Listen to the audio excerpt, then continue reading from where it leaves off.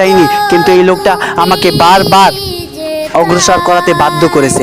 আপনার চক্ষু সাক্ষী দেবে আমি গুনাহ করতে চাইনি, কিন্তু এই ব্যক্তি আমাকে বারবার গুনাহ কাজের দিকে গুনাহ কাজ করার জন্য আমাকে ব্যবহার করেছে।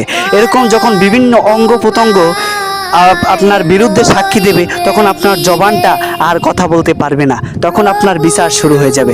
এই জন্য বলি, যদি একজন মুসলিম হয়ে থাকেন, যদি আপনার বাবা মুসলিম হয়ে থাকে, আপনার মা মুসলিম হয়ে থাকে, তাহলে আসুন প্রতিদিন নামাজ পড়ি। আর নামাজকে না বলিয়েন না, কেননা নামাজ হচ্ছে জান্নাতের চাবি। আর আপনি যদি এই জান্নাতের চাবি দুনিয়াতে কামাই না করতে পারেন, তাহলে কাল কিয়ামতের ময়দানে আল্লাহ রাব্বুল আলামিন ফয়সালা দিয়ে দেবেন যে আপনি একজন জাহান্নামী।